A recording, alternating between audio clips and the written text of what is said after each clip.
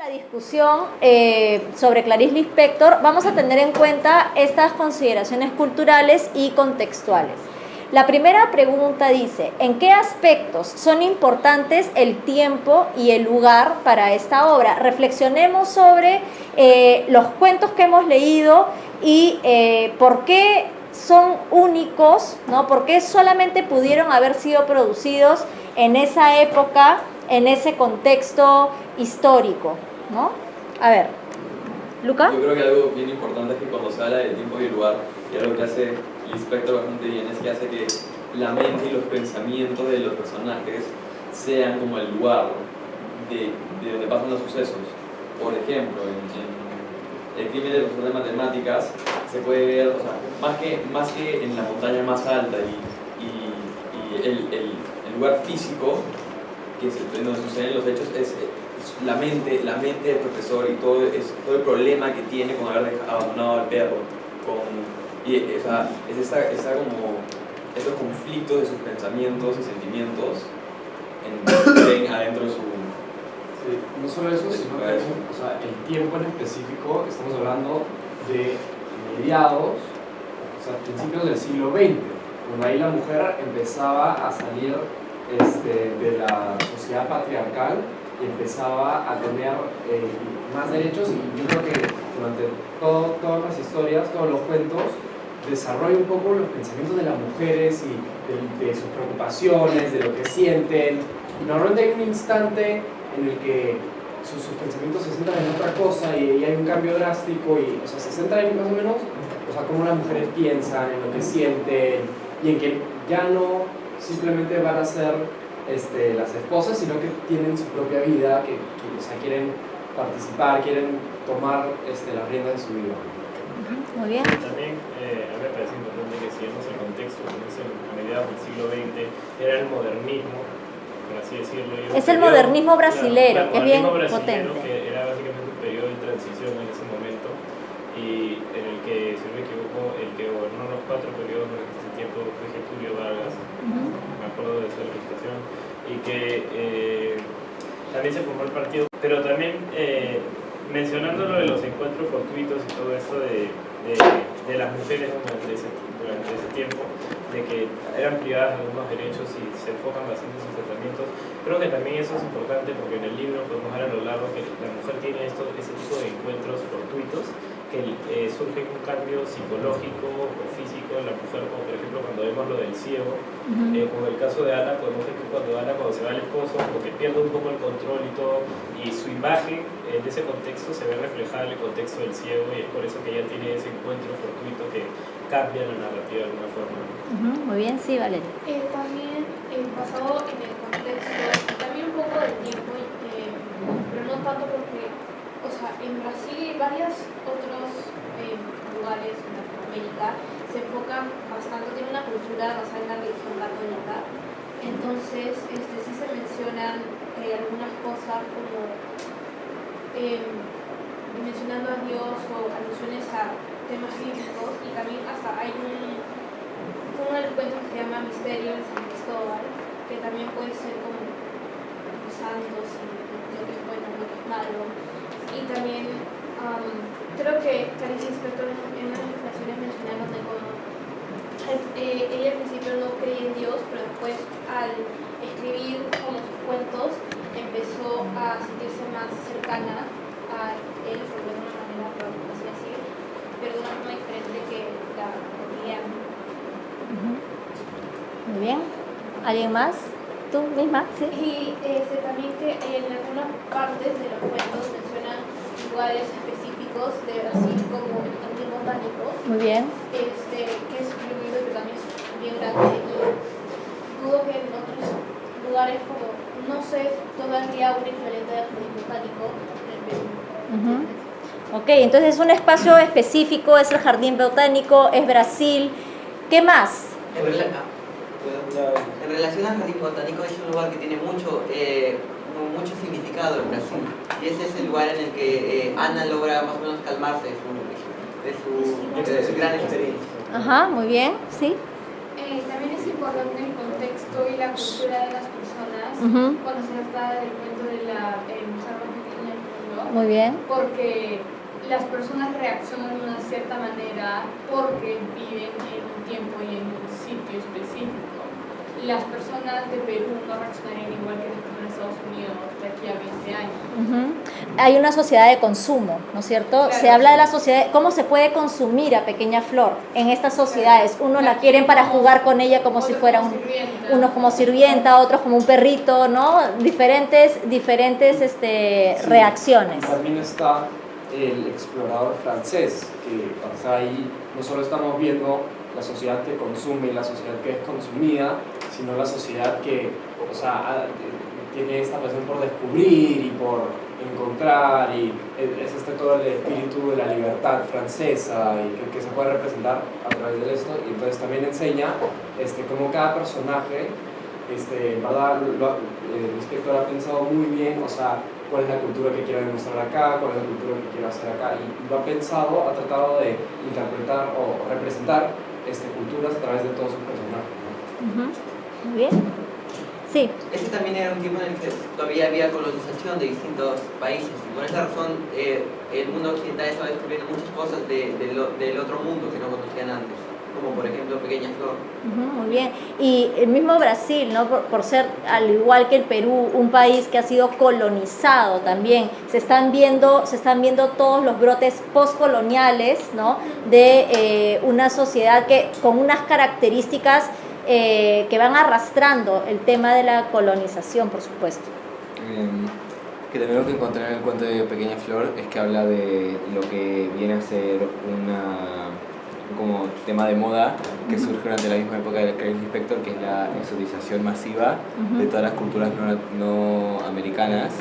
Entonces, por eso durante esa misma época también surgieron artistas como Ima Sumac aquí en Perú y como Carmen Miranda en Brasil, y el tango se convirtió tan famoso fuera del mundo porque de la nada Estados Unidos, hay como que varias teorías, pero una es que para distraerse tanto de la Guerra Fría como de diferentes cosas, se enfoca en lo que pasa en el resto del mundo y sobre todo en Latinoamérica, y eso también se puede encontrar en Pequeña Flor, no solo por cómo se describe la jungla y no solo por el tema de que el explorador francés, qué tan explorador es de verdad al catalogar a la gente y a intentar como que llevarse diferentes artefactos en vez de simplemente anotarlo, sino que también en cómo todos los personajes de este Brasil hablan de Pequeña Flor y antes de tratarla como humana la tratan como objeto y dicen, y de hecho hasta en un momento una mujer dice, imagínatela si la tuviéramos aquí, chiquita y con la panza tan grande sirviéndonos la comida, porque habla también de cómo es fácil para una cultura mayor, una cultura más grande, tomar la cultura de otra persona y tomar la cultura de otra persona y a esas mismas personas y más o menos tratarlas como un objeto o como una simple decoración, cuando es mucho más importante que eso. Muy bien. También es más difícil encontrar como empleadas en diferentes países. Por ejemplo, acá es normal y es más barato contratar una empleada que contratar una en Estados Unidos. Pero eso es una característica muy común, parece, en la sociedad que nos plasma Lispector en sus cuentos, ¿no? También está el tema realista, ¿no? Son todos cuentos realistas que responden a este movimiento literario y que a veces choca un poco con no choca, sino deriva, no solamente es realista, sino naturalista, ¿no es cierto? Que va un poco más allá. ¿Cómo se puede determinar estos rasgos naturalistas en los cuentos del Lispector? ¿Alguien puede identificar alguno? A ver. Sí, por ejemplo, en el cuento de Lazos de Familia se presenta, o sea, una situación común, ¿no? O sea, la suegra visitando a la familia que tiene el hijo y ya se está yendo, ay, me he olvidado de algo, y es como que una realidad muy simple, pero en este freno que hace en el taxi y la madre, Catarina, choca contra su madre, Severina. Ahí yo encuentro un rasgo más naturalista, más pesimista, porque ahí se da cuenta que el vínculo que tiene con su madre no es lo suficientemente íntimo y no tiene como que esta confianza con su madre, y que después se refleja por sus acciones, que para poder tener esta intimidad con su hijo los saca a pasear, ¿no? O sea, quiere corregir esto, al principio lo vemos algo muy realista, muy común, pero hay este pesimismo en la historia que hace que Catalina cambie completamente la crianza de su hijo. Muy bien. Juan José, ¿tú querías decir algo? Complementando esa idea, también en el cuento Lazo de Familia había un momento en el que cuando dejan a la madre en la estación, si no me acuerdo, Catalina se va caminando y el inspector hace un muy buen uso de la descripción, describiendo que ella se sentía libre, de que no se sentía perseguida y como que ya podía aflorar su propia personalidad. Entonces, en ese sentido, creo que denota que la brecha entre su madre y ella como que se había roto y ella tenía más libertad para poderse expresarse a sí misma, y cuando se va con la madre se sentía un poco confinada a su ser. Muy bien, esta misma libertad de la que hablas, por ejemplo, se ve a lo largo de diferentes cuentos. Se ve también en el cuento de Comienzos de una Fortuna, por ejemplo, que sale y se libera de la familia, se libera de los padres. Sí. Sí, porque habla de eso, y hay un momento en el que, por ejemplo, está Arthur con la madre, y recuerda que, o sea, la madre tiene momentos en el que ella le habla de una manera muy íntima, pero después ella tiene el individualismo, entre comillas, en el que ella se va y ya no le quiere hablar y lo corta con una respuesta tajante, y Arthur se vuelve insidioso. Y también ahí, por ejemplo, si no me equivoco,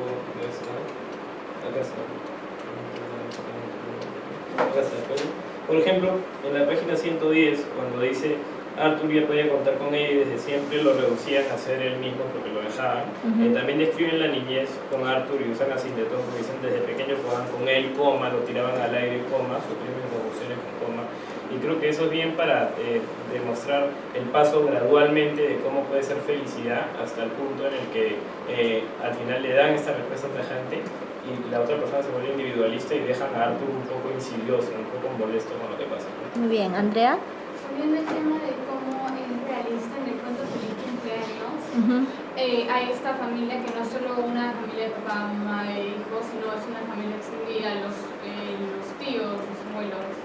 Y me gustó mucho y me pareció súper realista de una forma pesimista, la forma en la que mostraban a esta familia, porque no es que todos llegaban y se abrazaban y eran felices, sino era un poco incómoda la situación porque no se veían tanto, solo se veían probablemente un par de veces al año con sus familiares, y es algo creo que en la mayoría de las familias ocurre, que es un poco incómodo a veces estas reuniones porque nadie se conoce tanto, así que eso fue bastante realista, en vez de simplemente mostrar una familia donde todos se conocen y todos se llevan bien.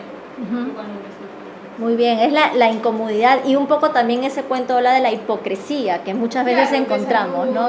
Claro, todos son risas cuando por dentro no te interesa estar ahí, ¿no? Muy bien, sí, vale. También otros cuentos que mencionan sobre son realistas o naturalistas, tienen Preciosura, que habla de cómo en vez de poner una forma bonita de hacer una chica que está creciendo, que está madurando, se va a convertir en mujer, normalmente lo pone como bonito de no sé, te encontrarás algo sobre ti, pero acá es como, parece que estuviera diciendo, vas a crecer, vas a madurar, pero probablemente te van a ayudar. Y es como, ok. Y después también es el precio que hay que pagar por ser mujer un poco, ¿no? Y después en el Búfalo también menciona más como las cosas de el odio, piensan en las partes feas del amor, de que si no es como hablan de esta mujer está enamorada de este señor y el señor no la quiere de vuelta, en vez de que ambos se quieran, es una historia romántica, no es esta es la verdad, esto pasa, te puede gustar a alguien pero no te van a querer de la misma manera que tú lo quieres, y después tienes que hacer algo para poder, sabes, no morir de amor, y entonces lo que desea hacer es buscar el odio, y lo encuentra en un búfalo que es como todo este odio, este poder, y dice que lo odia este señor, y después como hasta se desmaya, finalmente liberarse de como esta lucha entre si lo odia o lo ama, y que el hombre no tenga poder sobre sus propios sentimientos. Muy bien. Ok, chicos, vamos a pasar a la segunda pregunta, ¿sí, Pierre? La pregunta es ¿qué resultó fácil y qué resultó difícil de entender respecto a los contextos y cuestiones sociales y culturales? A ver, Pierre. En verdad creo que ese libro es el que más fácil debería ser de entender. Somos vecinos con Brasil. Ajá. Y realmente realmente no explora la pobreza extrema, más o menos tiene un nivel socioeconómico parecido a nosotros. Eso realmente revela lo poco que ha avanzado socialmente América Latina en esos casi 100 años. Porque esas son cosas que le podría pasar a cualquier persona hoy en día y en ese lugar. Muy bien, sí. También siento que hoy en día el cuento de Piano la gente seguiría reaccionando bastante parecido. Así que eso me fue completamente fácil de entender porque siento que así reaccionaría la mayoría de sus familias. ¡Ay, qué lindo! Ay, imagínate tenerla acá. ¡Ay, qué bonito! Pero otros con un poquito de asco, miedo, porque nos sigue dando miedo las cosas diferentes. Muy bien. Al mismo tiempo, sobre todo no tanto tratándola como que es un tema ya para después, cómo tratamos la raza en Latinoamérica, pero también un poco como con un trato de objeto de la persona. Porque hablando así como da asco, da ternura, pero al final es una persona. Sí. Los cuentos son más, aparte de ser como más modernos, por así decirlo, cerca de nuestra época, también son de cosas cotidianas que puede ser que nosotros no las hemos vivido técnicamente, como lo de la gallina, de una gallina en la casa, o hasta ir más al zoológico siendo grandes, sin tener hijos, pero son cosas que sí podemos, que hemos escuchado, que sí podemos relacionar. Muy bien. ¿Qué más? Cuando decían a veces, por ejemplo, llegaban a la clase y decían, no entiendo al inspector, no entiendo al inspector. ¿Por qué creen que es que no entendían estos cuentos? Yo creo que tiene un poco que ver con la corriente del simbolismo, de cómo el inspector siempre usa muchos símbolos y puede estar narrando un poco sobre lo que está pasando, pero en eso el personaje tiene un momento en el que está pensando en algo y dentro de sus pensamientos hay símbolos que lo relaciona con lo que está pasando y después tiene un flashback. Entonces siempre está usando un montón de símbolos, también un montón de figuras literarias, entonces eso como que confunde un poco y hace difícil entender la historia. Yo creo que se ve más, o sea, por decirte una gallina, es más fácil como ver que la gallina es como la representación, el símbolo de una mujer, y en otras historias es un poco más difícil ver qué es lo que el inspector está intentando decir. Muy bien. ¿Sí? Creo que también algo que lo hace difícil, como dijo Joaquín, no es solo ese simbolismo, sino también que ella narra los cuentos como pasan los pensamientos naturales de una persona, sin necesidad de mucha conexión o sin necesidad de formar oraciones completamente coherentes o completamente concisas. Por ejemplo, en Vejez y Divagación de una muchacha, es muy eso, es como que la enfermedad, o la enfermedad, y nunca llega mucho a nada, excepto cuando dice una vez cómo sería estar enfermo de verdad. Muy bien, es que la forma como nosotros pensamos, como nosotros como nosotros organizamos nuestras ideas, no es en realidad tan organizada como como se quiere creer, ¿no? Sí. A veces queremos encontrar al final de un cuento el punto, el mensaje, o sea, ¿por qué escribió este cuento? Y a veces cuando no lo encontrábamos, inmediatamente, por lo menos quizá después de pensarlo un par de días, y lo descubres, pero por eso quizá llegábamos sin haberlo entendido, porque terminamos un cuento y ya, ¿cuál fue el punto? ¿Cuál fue el mensaje? Porque no entendíamos los símbolos. Y porque sabemos que cada uno de estos cuentos tiene que tener un mensaje, algo punto. Sí. Exacto. No solo porque no entendíamos los símbolos en algunos casos, pero había en otros casos que la carga de símbolos era tan densa y tan profunda que nuestros cerebros se apagaban en medio párrafo y ya no lográbamos continuar con el mismo entusiasmo a seguir leyendo y no terminábamos de entender la trama de la historia ni siquiera. Y también creo que es nuestra falta de costumbre de leer cuentos, porque los cuentos son bastante cortos y pasa bastante en estas que son más o menos como, o sea, pueden ser 5 páginas o Gallina, que es cortísimo. Entonces estamos acostumbrados a leer un libro gordo que te explican todo, que vas con el cuento, pero esto es tan rápido y es una estructura bastante compleja, lleno de recursos estilísticos que que lo hace bastante difícil leer, yo creo. Y aunque sean cuentos, no son cuentos para niños, son cuentos que toman tiempo leer. A pesar del lenguaje simple, sencillo, ¿no? Algo muy interesante que me pareció que yo vi en el cuento de la gallina y que hace construyendo Alicia ese cuento de la regresa era que hay momentos en el que dice, por ejemplo, esta era una gallina de domingo, así en cuanto a la estructura, por ejemplo, es una estructura, tiene una frecuencia singulativa en el sentido de que va lentamente y se afianza cómo van los hechos durante ese momento.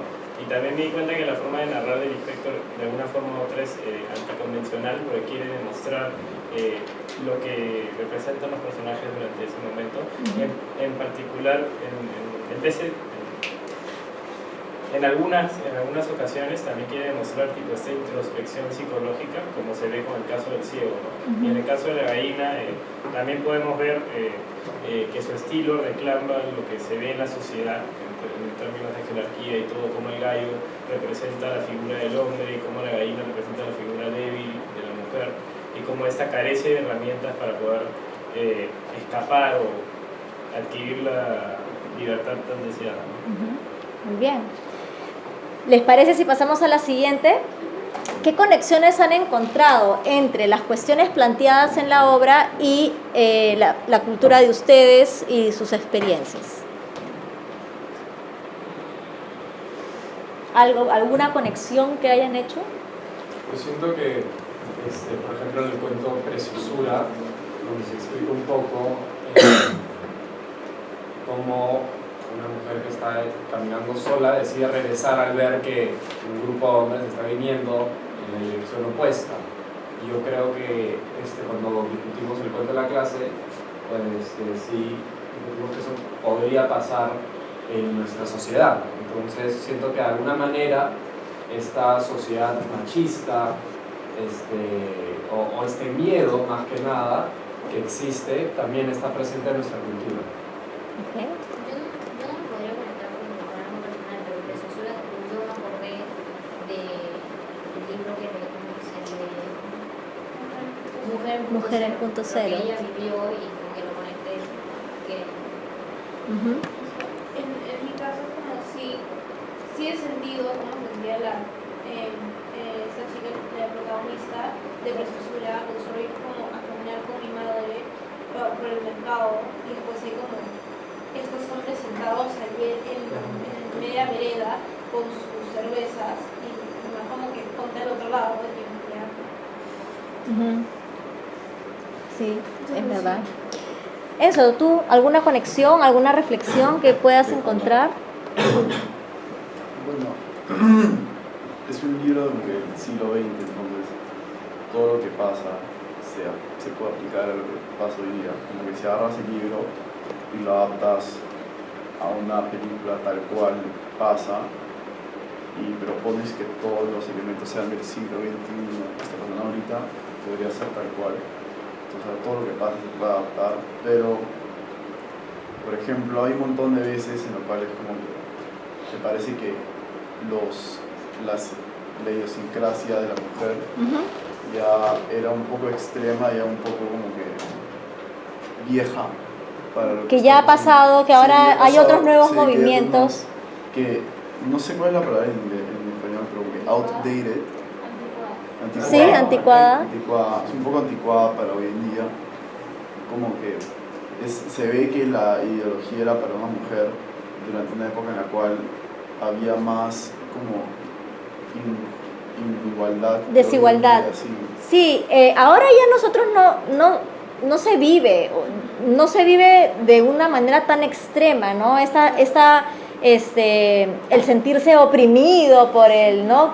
Han cambiado, se han ganado más derechos, ¿no? Ya no hay tanto esta necesidad, o sea, siempre van a haber estas voces que quieren hablar del tema y que quieren ganar siempre más terreno y más terreno, ¿no? Pero de la manera como lo hace el Lispector, es yo creo una época en donde hay más necesidad tal vez que hoy de hacerlo, ¿no? A ver, Alejandra.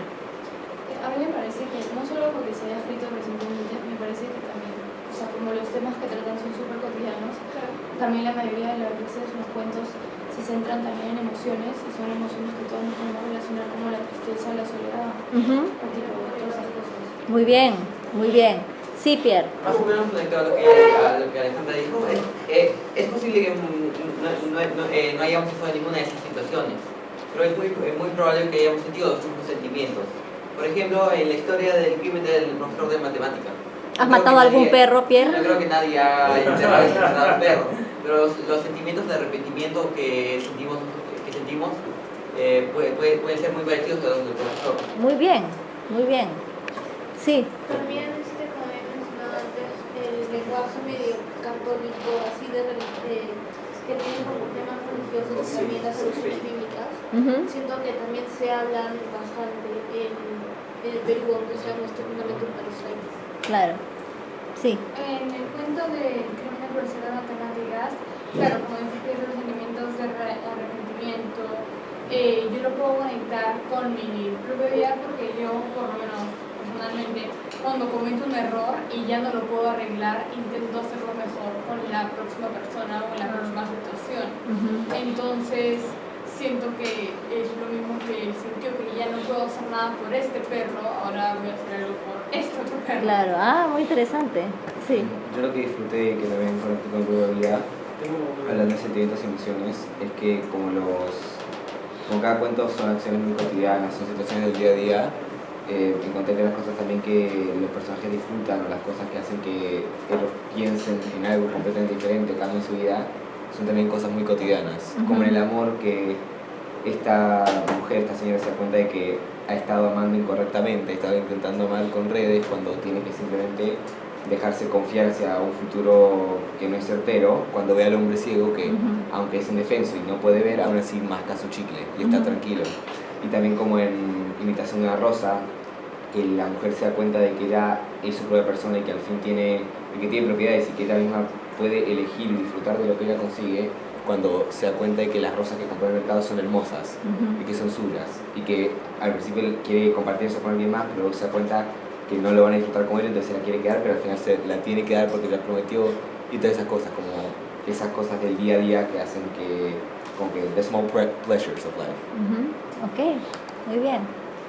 Sí, vale. Y también creo que finalmente los temas familiares son, supongo que la mayoría de nosotros tenemos una familia o tienen una experiencia con una familia, y si tal vez unas personas, sus familias son más cercanas o menos cercanas, pero así como entienden cómo se comportan entre madres y padres, o madres y hijos, hermanas y cosas así. Creo que es algo que también se importa.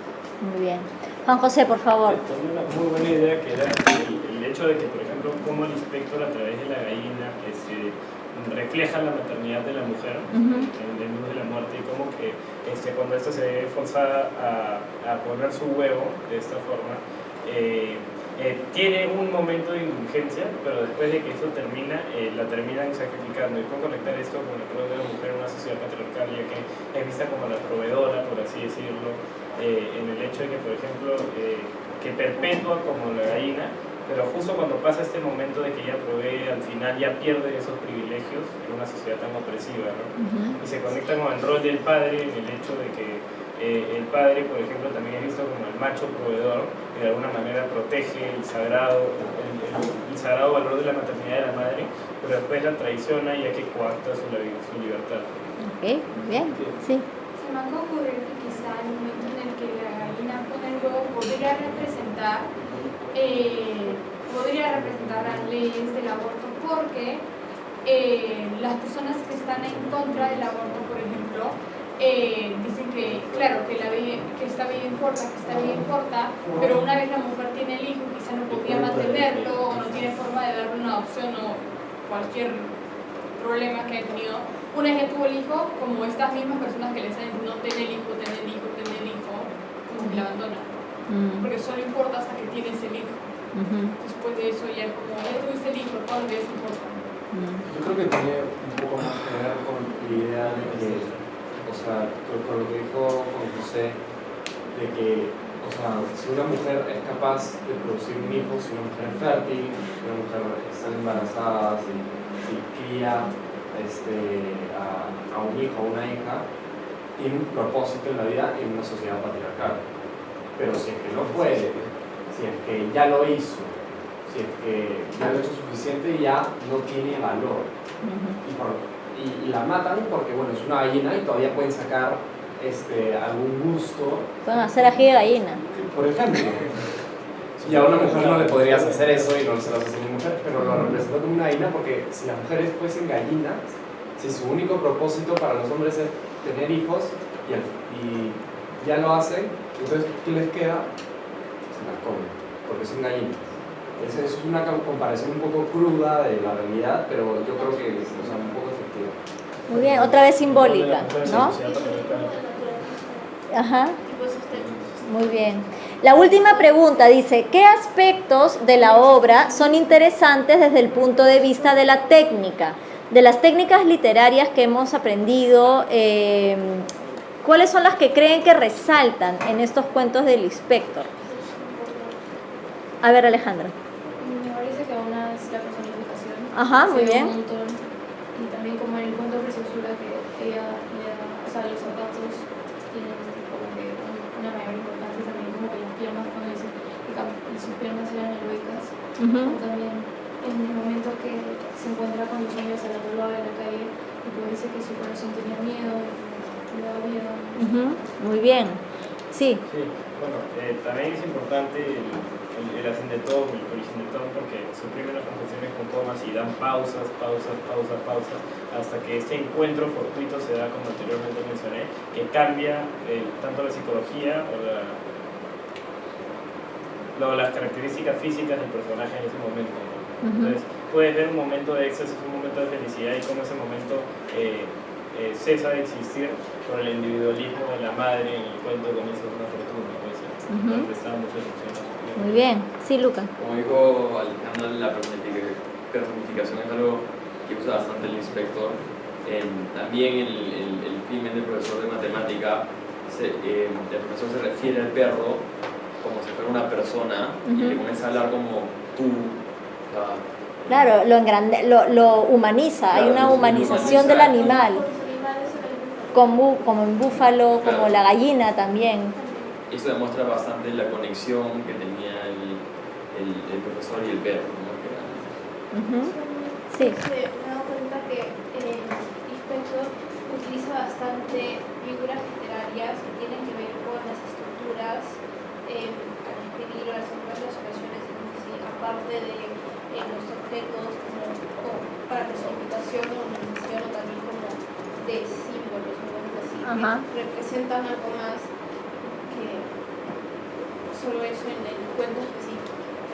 Sí, también yo diría que un recurso estilístico muy importante en casi todos los cuentos es la anáfora. Siempre en el momento en que el personaje principal está reflexionando o teniendo un momento ilustrado después de alguna peripecia, siempre o casi siempre hace una anáfora, o sea, recupera algún recuerdo de su infancia. Es una analepsis. Sí, anáfora es un flashback, pero que también contribuye a la analepsis. La anáfora es la repetición de la primera palabra al inicio. Analepsis. Enzo. También hay prolepsis. También hay algunas prolepsis. Muy bien. ¿Qué más? ¿Algo más que hayan notado? Sí. Como es bastante, la forma en que escribe es bastante como una persona podría pensar o sentirse, por eso es que también pueden haber varias repeticiones o en formas también de anáfora y también de las como el sinetón y bastantes como analepsis y prolepsis porque es organizado. Muy bien, eso es organizado. También los puntos suspensivos, ¿no? Que indican la pausa, que indican la indecisión de repente de continuar. Sí. Juan José, ¿tú cuáles ubicaste? No sé qué significa, pero honestamente había visto en el cuento de amor, por ejemplo, en Laura, el polvo que tienen las rosas, por ejemplo, de alguna manera u otra simbolizan lo intraducible que es la literatura del Lispector y cómo, por ejemplo, se adquiere ese vacío, ¿no? Después de tanto éxtasis, al final se adquiere el vacío que simboliza el polvo y el existencialismo de la mujer en ese tipo de sociedad. No sé muy bien cómo construir el argumento para ese símbolo, pero creo que el polvo simboliza el vacío de la mujer en esa sociedad. Ok. De una forma u otra. ¿Bien? No sé cómo se llama esto, pero más o menos lo opuesto a la personización. Por ejemplo, en relación a Pequeña Flor, donde... La deshumanización, Sí. Exoticismo. Porque más o menos exoticismo. le describe como una flor, le mencionan el color de su piel, su textura, lo suave que es. Normalmente no harías eso para Se un puede humano. decir la animalización. Sí, se puede decir que hay una animalización de Pequeña Flor. Sí. Al igual que José y Pierre, yo también encontré un recurso que no sé cómo se llama, pero... ¿O no han estudiado sus recursos literarios? No, ¿Qué es que, pasa? no, y ya lo rebusqué y, o sea, no aparecía, que es cuando... Se esconde. Se esconde. El dato escondido, ¿no? Es el dato escondido. El gato. Gato Pero, encerrado. Hay una parte en Lazos de Familia cuando Catalina despide a su madre y simplemente grita mamá y dice que como que no hay nada más que decir, y después cuando regresa a su casa su hijo le dice mamá pero sin decir nada más. Entonces ahí es como no es tanto foreshadowing, porque yo diría que es más como que comparar las situaciones a través del diálogo. Como un paralelismo, ¿no? Paralelismo. Como un paralelismo. Pero No un paralelismo estructural, digamos, de oraciones, sino Sí, en vale. cuanto a temas, o en cuanto a contenido, ¿no? volviendo a lo de Pequeña Flor, que lo interesante del cuento es que también, para ver como que de lo que habla y todo eso, que otra de las maneras en las que se muestra como esta animalización de Pequeña Flor, como que deshumanización, es que le decimos Pequeña Flor como si el que le hubiera puesto el nombre es el explorador, siendo que sabemos que ella viene de una sociedad que tiene un lenguaje, que tiene una manera de vivir. Pequeña Flor tenía un nombre antes de Claro. ser Pequeña Flor, Por supuesto, pero aún así de eso nunca se habla. ¿no? Es nuevamente la colonización, Exacto. ¿no? La colonización no solamente física, sino también Y esta apropiación cultural idealista, Exacto. ¿no? Exacto, es la apropiación de la cultura, por supuesto, ¿no? Que el hecho de nombrar, el hecho de ponerle nombre a las cosas te hace de alguna manera ser dueño de esas cosas a las que tú Y sobre estás todo a nombrando. las cosas que ya tienen nombre. Exacto. Una pregunta, ¿cómo se llama esa figura en la que empieza una oración con desde y después hay punto y después empieza con la misma palabra? Desde. Esa es anáfora. No. Esa es anáfora. Muy bien, y en cuanto a los cuentos como estructura, que son, la mayoría son cuentos cortos, ¿no? Las oraciones son oraciones cortas, son oraciones largas, las descripciones, el lenguaje y los tonos que se utilizan en la obra, ¿cómo son? Bueno, cada cuento tiene su propio tono, por supuesto, pero en general. Creo que en general el lenguaje es medio coloquial, Sí, por lo que es cotidiano y que son temas también bien cotidianos y comunes. Tal vez con excepción de ciertos como cuentos basados en quién lo está contando, ¿no? Porque normalmente es en primera persona. Pero también ese momento cuando cambia, en vez de ser una mujer de la que está narrando, es una mujer que está narrando. claro, hay cambios de perspectiva, ¿no? Hay perspectivas masculinas y hay perspectivas femeninas en los cuentos, eso varía, ¿no? Nos habla de cierta versatilidad también de la autora, ¿no? También siento que no hay tanto, o sea, lo hay hasta cierto punto, pero no hay mucho enfoque en los detalles. Como que el espectro no se toma tiempo en decirnos, sale de la casa, el día está así, todo es así, todo es así, todo es así. Es más bien como... Ajá, exacto, no hay tanto de eso, es como que más como que... No, pero ¿qué es eso? Es como que X sale de la casa, va hacia la calle y se sube al autobús. Está ahí, y ahí como que empieza un poco en detalle y después vuelve a hacer, se baja el autobús, va a este lugar, ve esto, así. Pues, Sí, pero después se puede pasar 5 o 6 Exacto. páginas hablando de cómo, del color de la rosa, por ejemplo, por eso, pero es ¿no? muy como que... Entonces, mucho del... Exacto. claro, no de planos generales, sino más como close-ups, ¿no es cierto? Exacto. Más Que como... no se pierde el tiempo haciendo todo poético, Ajá. simplemente busca lo que ella quiere poetizar, busca lo que ella quiere romantizar y lo hace. Y eso hace. Y también las descripciones, ¿no? Las descripciones que claro, que puede ser la descripción de una situación simple o compleja, ¿no? Pero es muy rica en descripciones el Lispector, ¿no? A mí al mismo tiempo, hablando de todo esto de como que la vida cotidiana y todo, los finales de los cuentos también son muy así nomás. Ajá. Por eso, como que nunca es un final cerrado, nunca es un final perfecto, de después de que tanto pasó, se resuelve todo. Siempre es un final de hasta que pasaron los días y después se comió la harina. O hasta que crecieron y compraron los zapatos nuevos. Exacto. O, por ejemplo, en el de Comienzos de una Fortuna, no te enseñan nada de ese colegio, bueno, mira, un pagaré es así, y termina así. Exacto. Por eso es muy Sí, como... los finales, los desenlaces no cierran el problema, digamos, Exacto. no completan el problema, Pero ¿no? pero tampoco se siente como que fuera un lugar malo para parar.